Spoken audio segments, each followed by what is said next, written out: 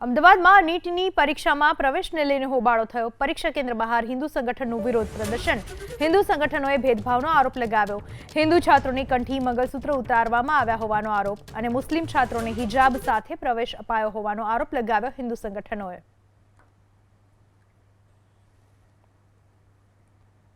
ठीक है, कुछ ऐसी चीज़ें होती है जो हाइड कर सकते हैं, बॉटल है जो ट्रांसपेरेंट नहीं है तो वो अलाउ नहीं होगी।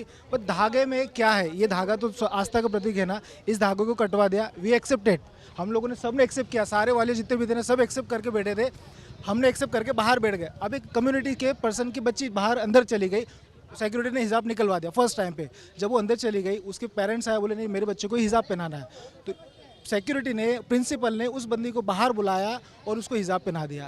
ये कम्युनिकेशंस में आप जब किसी चीज़ को बोलते हैं रेगुलेशंस, तो दोनों पार्टी के लिए रेगुलेशंस होना चाहिए। अभी एक के लिए रेगुलेशंस ऐसा है कि सारे धागे काट दो और दूसरे के लिए हिजाब पहना के वापस अंदर पहुंचा दिया, ये नहीं होना चाहिए। इसलिए सारे वालिया जितने भी वो ये डिबेट कर रहे हैं कि भाई रेगुलेशन सब फॉलो करो यार, बच्ची वो भी है, ऐसा नहीं कि कम्युनिटी दूसरी है, बच्ची वो भी है, हमारे बच्चे, बट रेगुलेशन सबके लिए फॉलो होना चाहिए। ये काटने से कुछ नहीं होता है। મારી છોકરીની અહીંયા નીટની એક્ઝામ ચાલે છે અને સવારે આ જ્યારે એમ લોકો કીધું કે એનટીએન રૂલ્સ પ્રમાણે તમારે કલવા પહેરીને કાનમાં બુટી પહેરીને નથી અલાઉડ નથી।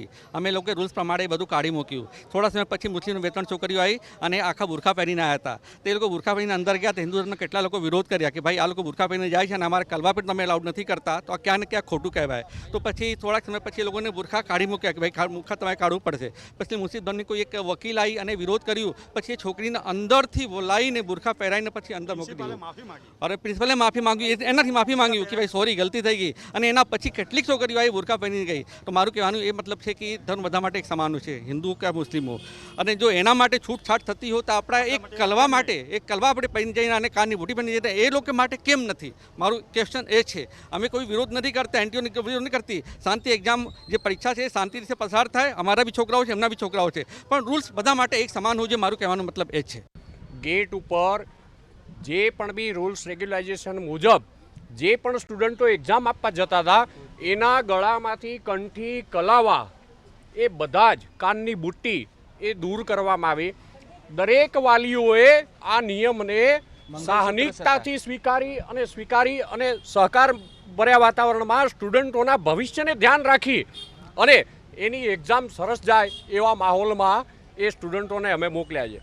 અત્યારે ખૂબ ગંભીર બનાવ બન્યો, સ્ટુડન્ટો ઉપર માનસિક વિપરીત અસર થાય એવી સ્થિતિ એક કોમ્યુનિટીમાંથી સર્જાવવામાં આવી કે હિજાબ સાથે અમારા સ્ટુડન્ટો તો જે નીતિ નિયમ પ્રમાણે એમના હિજાબ ઉતરાવીને મોકલાવવામાં આવ્યા એમને ફરી પાછા બોલાવી પ્રિન્સિપાલે આ દરેક વાલીઓની હાજરીમાં એની પાસે ક્ષમાયાચના માગી છે।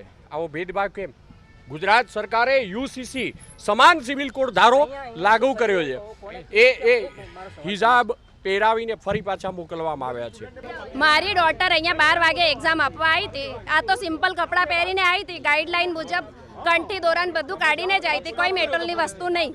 પણ જે છોકરાઓને કંઠી પહેરેલી છે અહીંયા કઢાવી દીધી અને અમે હિન્દુ પેરેન્ટ્સ જે સપોર્ટિંગ છે, કોઓપરેટ કરીએ છીએ, છોકરાઓ અહીંયા ભણે છે, કાઢી દીધા કે ચલો કંઈ નહીં, આપણે છોકરાઓને એક્ઝામ ના બગડે।